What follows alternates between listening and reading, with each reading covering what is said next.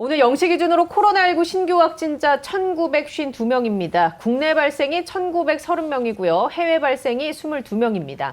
사망자 9명이 늘었습니다. 국내 사망자 모두 2,797명, 그리고 위중증 환자는 7명이 늘면서 현재 341명입니다. 자, 교수님, 일주일 중에 확진자가 가장 많이 나오는 수요일입니다. 오늘 지표는 어떻게 보고 계십니까? 예, 오늘 지표는 중요한 게 많아서 살펴볼 게 좀 많습니다. 우선 하나는 제가 며칠 전부터 계속 지나온 주말에 확진자가 줄지 않아서 월요일 날에 좀 많이 시작하기 때문에 수요일 날 많이 늘어날 거라고 하는 말씀은 계속 드렸는데 제가 생각하는 것보다 훨씬 많이 나왔습니다. 저는 1,500명을 약간 넘을 거라고 생각했는데 어제 대비 무려 690명이나 많이 나오면서 오늘 거의 1,950명 정도가 나왔습니다. 물론 1,950명이 추석 이전에 수요일 날, 그때는 2,050명, 2,080명씩 나올 때니까 그때를 돌파하지는 못했습니다. 거기에다가 추석 최고치를 돌파하지는 못했습니다만 이렇게 이제 단계적 일상 회복을 앞두고 많이 나왔으니까 이제 걱정이 많은 거죠. 그런데 이제 여기서 좀 살펴볼 것은 여태까지 그런 예가 없다가 이렇게 많이 나온 것들이 일부 지역에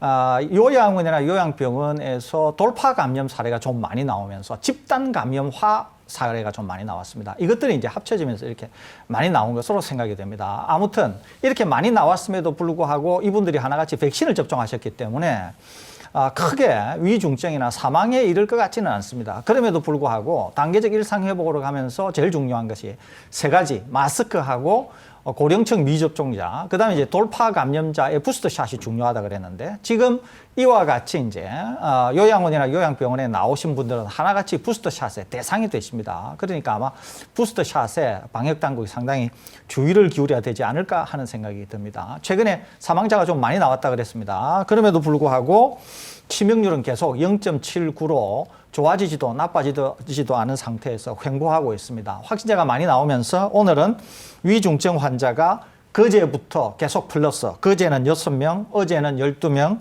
오늘은 7명 이렇게 계속 늘고 있습니다. 이것은 이제 확진자가 많이 나오기 때문에 생기는 일이다 이렇게 볼 수 있습니다.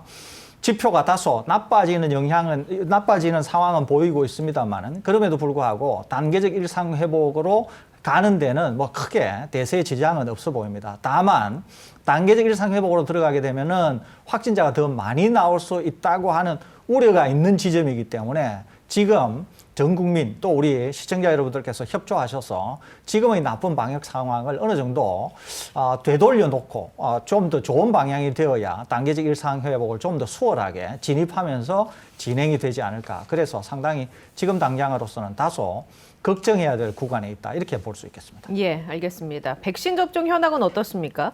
네, 어제도 백신 접종은 2차 접종을 중심으로 해서 순조롭게 진행이 되고 있는데요. 1차 접종 누적은 4,089만 명을 넘어섰습니다. 그래서 이 상태대로라면은 이번 주에 1차 접종이 인구 대비 80%를 넘을 가능성이 있을 것으로 보입니다. 왜냐하면 지금 79.6%인데 통상적으로 한 4,100만 명 정도가 넘어서면 80%를 넘어서거든요.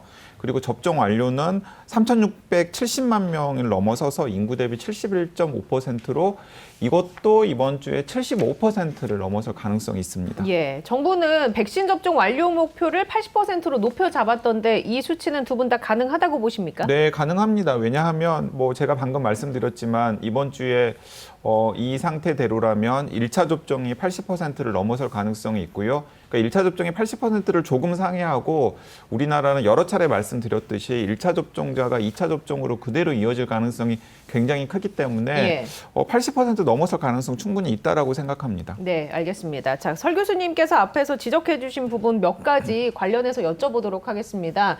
바로 부스터샷 추가 접종과 관련한 부분인데요. 교수님께서는 늘 얘기해 주셨던 세 가지 위험군, 그러니까 마스크, 그리고 고령층의 미접종자, 그리고 고령층에게서 부스터샷이 필요하다라고 늘 얘기를 해주셨잖아요. 이번에 일부 요양병원에서 돌파 감염이 발생했습니다. 돌파 감염과 관련해서 일반인들이 백신을 맞고 돌파 감염된 것과 요양병원에 계신 분들이 백신을 맞았지만 돌파 감염된 것과는 위험성 자체가 다른 거죠? 완전히 다릅니다. 완전히 다릅니다. 그러니까 요양원이나 요양병원에 계신 분들은 기본적으로 백신 접종을 하시더라도 면역이 젊은 분들 또 건강하신 분들만큼 많이 형성이 안 됩니다. 그렇기 때문에 이분들은 이제 부스터 샷이 필요한 거죠. 그러니까 지금 이제 보는 것처럼 지금 요양원이나 요양병원에 집단 감염이 생긴 이분들은 백신 접종을 할 때도 제일 먼저 백신 접종을 하신 분이세요. 예. 그러니까 이제 백신의 효과가 어느 정도 떨어질 수 있고, 두 번째는 백신을 접종하셨음에도 불구하고 면역이 충분히 형성이 안 된 분들이죠. 그러니까 이제 돌파 감염에 취약하신 분들이에요. 그러니까 저번에 미국의 국무장관을 지내신 파월 장관이 돌아가신 것을 예로 들면서 예. 돌파 감염이라고 하더라도 연령이 아주 높고 기저질환이 계신 분들은 위험해서 사망에 빠질 수 있다고 말씀드렸지 않습니까? 비율은 다소 낮기는 하지만, 그러니까 지금 요양원이나 요양병원에 계신 분들에게서 돌파 감염이 생긴다고 하는 것도 어느 정도는 예상이 된 일입니다. 이것은 시간이 이제 지났고 면역이 낮기 때문에. 그러니까 이분들은 서둘러 방역 당국이 예고한 대로 이제 부스터 샷을 서둘러야 되는 거죠. 예. 그러니까 그게 하나가 있고요. 또 부스터 샷 대상자가 누가 계시냐 하면은 얀센 접종하신 네, 분들이 잠시만요. 계세요. 얀센은 잠시 뒤에 얘기하고, 그러면 그 요양병원에 계신 분들은 그럼 앞으로도 지속적으로 부스터샷을 맞아야 한다고 보십니까? 지속적이라고 하면 이제 예. 4차, 5차, 6차 이렇게 말씀하시는 거는 저번에 말씀드린 것처럼 그것은 방역 상황하고 그분들이 보이게 될 3차 이제 부스터 샷을 접종하고 나서 면역이 얼마나 될 건가 하는 것을 아직 우리가 모르기 때문에 그것은 예. 추가적인 좀 연구가 필요합니다. 그러는데 만일에 방역 상황이 뭐 내년, 내후년, 3년 후 계속 나빠지면은 만일에 이분들에게 있어서 면역이 충분하지 않을 경우에는 추가적인 부스터 샷이 필요하겠죠. 그러는데 이제 여러 가지로 보건대 방역 상황이 내년 정도 되면 2022년 정도 되면 상당히 좋아질 가능성이 많습니다. 이게. 전 사회적으로 세계적으로. 바이러스 밀도 자체가 낮아지는 그렇습니다. 그런 상황을 말씀하시는 그렇습니다. 거죠? 그러니까 우리나라는 특히 좋아질 가능성이 많은 거죠. 예. 그렇기 때문에 과연 이분들에게 4차, 5차가 필요할까 하는 것은 아직 예단하기는 어렵습니다. 그렇지만 적어도 예. 3차는 지금 당장 이제 2,000명 부근에 나오고 단계적 일상회복으로 가게 되면은 방역 단계가 낮아지기 때문에 감염 위험이 있는 거잖아요. 네. 그렇기 때문에 이분들에게는 적어도 부스터 샷, 즉 화이자나 그다음에 아스트라제네카 같은 경우에는 3차 부스터 샷은 지금 당장 필요할 것으로 생각이 됩니다. 근데 이제 예. 설대 교수님의 이런 설명을 놓고서 그 오해를 하시면 안 됩니다. 왜냐하면은 어차피 백신을 2번이나 접종하신 분들도 돌파 감염이 되어서 위험하다면 백신 자체가 무용한 것 아니냐라고 받아들이시는 분들이 있고 여전히 그런 이야기를 계속해서 하시는 분들이 있어요. 그러니까 전혀 그렇지 않다라는 걸 다시 강조해 드립니다. 예전에 위험이 100이었다면 1차, 2차 접종을 통해서 위험이 20%로 줄어들었습니다. 20%로 줄어들었기 때문에 예전 같으면은 바이러스에 감염되면은 자칫하면은 중증으로 이어져서 사망하실 분 80명은 지금 여전히 보호를 받고 있다라는 거죠. 그런데 1차, 2차 백신 접종을 했을 때 개인차가 있기 때문에 뭐 면역이 충분하지 않거나 혹은 기저질환이 있거나 혹은 몸이 더 허약하신 분들이 있을 수 있잖아요. 이제 그런 분들까지도 부스터샷을 통해서 보호할 가능성이 커지기 때문에 이 요양병원에 계시는 분들에게 부스터샷을 권하는 거지 1차, 2차 백신 접종이 무용했기 때문에 부스터샷을 권하는 건 아니라는 거 다시 한번 강조드리고 싶습니다. 다시 한번 알려드리면서 백신 종류는 아마 화이자나 모더나가 될 가능성이 높겠죠? 네, 그렇습니다. 이게 지금 60세 이상의 고령자 같은 경우에는 아스트라제네카를 접종을 했고요. 그 60세 이상 중에서 75세 이상은 화이자 백신을 예. 접종했지 않습니까? 그래서 75세 이상 고령자는 화이자, 그리고 60세 이상의 고령자들 같은 경우에는 화이자나 모더나 주로 이제 화이자로 아마 교차 접종으로 부스터샷을 할 가능성이 굉장히 큽니다. 그런데 이제 여기서 이제 문제가 되는 게 뭐냐면 60세 이상의 아스트라제네카를 접종하실 분들은 화이자를 교차 접종했을 때 그 효과가 굉장히 극대화될 예. 거예요. 왜냐하면 보통 교차 접종이 화이자나 혹은 아스트라제네카보다 훨씬 더 나은 효과를 보였기 때문에. 근데 문제는 뭐냐면 75세 이상입니다. 이미 화이자를 그러니까 맞으신 처음에 분들. 세팅을 잘못해가지고 예. 그분들에게 화이자를 접종을 해놨기 때문에 또 이제 화이자 3차를 접종했을 때 처음에는 효과가 높을 거예요. 처음에는 방어효과 이스라엘 같은 경우는 높을 텐데 그 통상적인 화이자 효과 패턴을 봤을 때 이분들도 효과가 좀 지속적으로 떨어질 가능성이 있거든요. 예. 이제 그렇기 때문에 설대호 교수님이나 제가 계속해서 노바백스 옵션이 좀 필요하다라고 말씀을 네. 드렸던 것도 이런 사정 때문입니다. 예, 그 노바백스 얘기도 잠시 뒤에 나눠보고요. 그럼 자 교수님, 요양병원 그리고 고령층에 대한 부스터샷 추가 접종이 이제 엊그제부터 시작이 됐는데 혹시라도 보호자분들 중에 걱정하시는 분들 계실 수 있거든요. 아니 백신을 이미 2번이나 맞았는데 한 번 더 맞게 되면 이것도 몸에 부담이 가는 거 아닌가부터 시작해서 꺼리는 분들께 한 말씀 해주신다면 어떻게 해주실 수 있겠습니까? 이제 우리나라는 부스터샷을 이제 적극적으로 안 해서 우리 잘 모르는데 외국의 사례를 가지고 말씀을 드리면 오히려 3차 부스터샷은 2차보다도 부작용, 그러니까 몸이 힘든 게 덜하다고 알려져 있습니다. 이게 그렇기 때문에 혹시 3차 부스터샷을 맞을 때 이거 뭐 부작용 생기면 어떠지? 이거는 외국의 사례로 보면 훨씬 적다고 하는 점 하나가 있고요. 두 번째는 이분들 강 기자님 설명하신 대로 이분들은 백신 접종을 추가적으로 하시면 훨씬 보호 효과가 다시 옛날처럼 완전히 회복이 됩니다. 물론 2번 맞아도 보호 효과는 상당히 있는 거죠. 그렇기 때문에 이분들에게 부스터샷은 오히려 강력히 권장이 되는 것이기 때문에 그런 점에서 이해하시면 되지 않을까 싶습니다. 알겠습니다. 자, 지금까지는 고령층에 대한 추가 접종, 부스터샷에 대한 얘기를 나눠봤는데 조금 전에 지적해 주신 부분, 얀센 접종에 대한 부스터샷 계획도 내일 발표가 됩니다.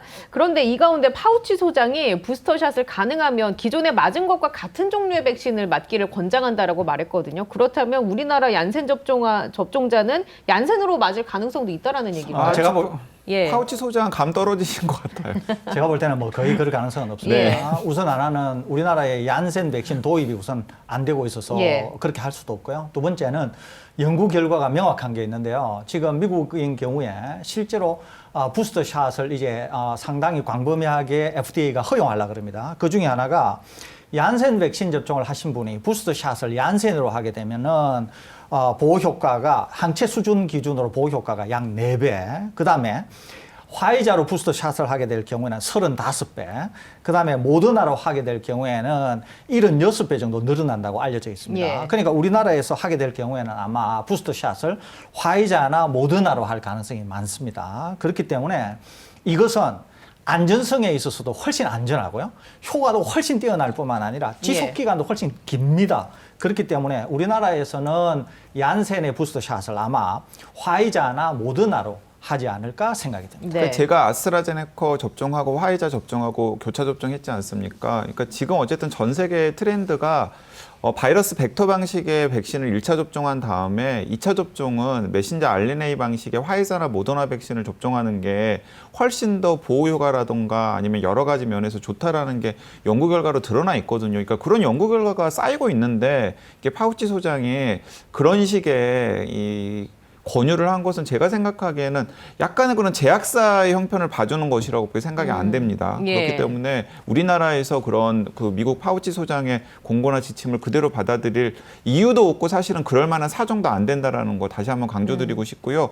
사실은 이제 30대들 같은 경우에는 얀센 백신을 주로 접종했던 30대들 같은 경우에는 굳이 부스터샷을 접종하지 않아도 사실 큰 문제는 없어요. 그 대세에는 지장이 없을 수 대세에는 지장이 없습니다. 있다. 왜냐하면은 제가 여러 차례 말씀드렸잖아요. 그분들이 설사 돌파 감염이 된다고 하더라도 일단 한 번 맞은 백신으로 이 몸의 항체 면역이나 세포 면역이 작동을 하고 있기 때문에 위중증으로 이어질 가능성은 거의 제로예요. 거의 없습니다. 예. 거의 없는데 그중에서 기저질환을 가지신 분들이 있을 수 있고요. 그리고 또 어쨌든 간에 확진자라는 게 지금 우리가 일상으로 돌아가는 과정에서 많은 것보다는 적은 게 낫잖아요. 이제 그렇기 때문에 정부에서도 이제 그런 여러 가지 상황을 고려해서 그 얀센 접종자들에게 지금 부스터샷을 하려고 하는 것으로 이해를 하시면 될 것 같습니다. 그 만약에 자율성에 기반하게 된다라면 얀센 접종자들 1차를 맞으신 분들이 안 맞을 수도 있잖아요, 부스터샷을. 그렇게 되면은 이게 크게 그럼에도 불구하고 지장은 없을 수 있다. 네, 사회적으로. 제가 생각하기에는 크게 지장은 없습니다. 그런데 이제 본인이 뭐 비만이라든지 심혈관 질환을 가지고 있다든지 당뇨 같은 예. 기저질환을 가지고 있는 30대라면 저는 그 부스터샷을 화이자나 모더나 부스터샷을 맞기를 이제 권해드리고 싶고요. 만약에 제 주변에 지인이 있다 그러면은 시청자분들 중에 그런 분이 있다면 꼭 맞을 것을 권해드리고 싶은데 예를 들어서 최재훈 아나운서님처럼 되게 얀센 백신 맞았는데 건강하고 그리고 생활 방역 잘 지키는 분이라면 저는 굳이 네. 안 접종해도 된다라고 생각합니다. 알겠습니다. 자, 그리고 노바백스 얘기가 나와서 얘기를 잠깐 짚어보면 저희 시청자분들 중에서도 노바백스 백신을 기다리시는 분들이 계신 것 같습니다. 댓글로도 몇 분이 남겨주셨는데 노바백스 백신이 생산에 차질을 빚으면서 주가도 떨어지고 여러 가지 고충을 겪고 있는 것 같습니다. 백신 품질에 대한 의혹들도 제기가 되고 있고 어떻게 돼가고 있습니까? 네, 근데 그건 제가 예. 이제 취재를 좀 자세하게 해봤는데요. 사실은 전혀 관계가 없는 이슈입니다. 자, 그렇기 때문에 사실은 우리나라의 증권가 애널리스트도 예. 미국에서 일어난 사고와 그리고 SK 바이오사이언스나 혹은 노바백스 백신 일반의 품질과는 전혀 상관없다라는 리포트를 추가로 내기도 했는데요. 자세한 사정을 말씀드리면은 사실은 얀센도 비슷한 일이 있었고 모더나도 비슷한 일이 있었어요. 그게 무슨 말이냐면은 얀센 같은 경우는 좀 규모가 큰 백신 회사이긴 합니다만은 미국 현지 공장에서 품질 관리에 문제가 생겨가지고 허가 일정이 지체된 적이 있습니다. 이 노바백스에서 미국에서 날아온 소식도 딱 그 일이에요. 그러니까 노바백스 백신을 위탁 생산하기로 했던 미국의 공장의 생산 품질 관리에 문제가 생기면서 그 사실이 이제 그 내부의 익명의 정보통을 통해서 언론에 알려져서 보도가 예. 되면서 이제 미국의 노바백스 회사의 백신 주가가 엄청 떨어졌던 일이 이제 지난주에 있었거든요. 그런데 오히려 그것은 우리 SK 바이오사이언스 같은 회사에게는 호재예요. 어떻게 그렇죠? 왜냐하면 노바백스 백신은 지금 미국, 인도, 일본 그리고 한국의 SK 바이오사이언스 같은 여러 제약사들과 지금 위탁 생산 계약을 맺어놓고 있거든요. 예. 근데 지금 문제가 됐던 건 미국 공장의 이 품질 관리에 문제가 있는 겁니다. 그런데 인도나 일본이나 혹은 우리나라의 SK 바이오사이언스 공장에서 만들어지는 노바백스 백신은 사실은 그런 문제가 없거든요. 그렇기 때문에 미국 공장에서 문제가 생기면 네. 이 미국의 허가 일정에는 좀 문제가 있을 수 있지만은 오히려 SK 바이오사이언스나 일본의 다케다나 혹은 인도 같은 곳의 의존도가 높아지기 때문에 사실 이런 회사들 입장에서는 오히려 호재로 작용할 수 있는 상황인 거죠. 그 허가는 미국에서는 지원이 될 수 있는데 우리나라에서는 지금 허가 과정이 어떻게 되고 자, 있습니까? 그리고 예. 지금 이제 우리나라 같은 경우에는 지금 미국이라든가 유럽이라든가 WHO의 허가 일정을 지금 기다리고 있는 상황이고요. 제가 확인해 본 바로는 그리고 WHO나 그리고 미국 그 유럽의 허가에 신청을 할 때는 인도 공장을 기준으로 지금 노바백스가 신청을 하고 있어요. 자, 그렇기 때문에 노바백스의 WHO나 유럽의 허가 일정에도 사실은 그 미국발 이슈는 큰 문제를 게 없다라고 판단이 예. 됩니다. 근데 이제 문제는 뭐냐면 그 미국에서도 지금 확인이 되었듯이 이 노바백스라는 회사 자체가 일단 작은 회사고 그리고 자체가 생산 라인을 가지고 있지는 않아요. 기술만 있군요. 네, 기술만 예. 있습니다. 그렇기 때문에 일단은 허가를 받아본 노하우가 없기 때문에 계속해서 이제 허가와 관련된 이슈들도 생기고 있고요. 그리고 또 자기들이 생산 라인을 가지고 있는 공장을 가지고 있지 않기 때문에 위탁을 생산해야 되다 보니까 마치 모더나 같은 곳에서 계속해서 문제가 생겼잖아요. 그런 것과 마찬가지의 문제들을 지금 안고 있기 때문에 생산이나 허가 일정에 계속해서 지체가 되고 있는 것으로 보입니다. 그럼 실질적으로 우리가 딱 실물로 노바백스 백신을 맞을 수 있는 시점은 언제가 될 거라고 그러니까 사실 저는 전망하십니까? 4사 분기는 가능할 예. 것이라고 생각을 했고 또 그렇게 전망하시는 전문가들이 많았었는데 지금 노바백스 하는 꼴을 보니까 내년 초로 넘어갈 수도 있겠다라는 생각이 들어서 굉장히 답답합니다. 이건 사실은 우리나라에서도 노바백스 옵션이 없는 것이 사실 아쉬운 부분이기도 하지만은 예. 전 세계적으로 팬데믹 극복을 해야 하는 상황에서는 상당히 큰 문제거든요. 왜냐하면 노바백스 백신이 예. 안전성과 효과성이 어느 정도 검증된 백신 중에서 대량 생산할 수 있는 중요한 옵션이기 때문에 이것의 허가 일정이 좀 지체가 되는 것은 사실은 전 세계 팬데믹 극복에는 좀 악재라고 할 수 있겠습니다.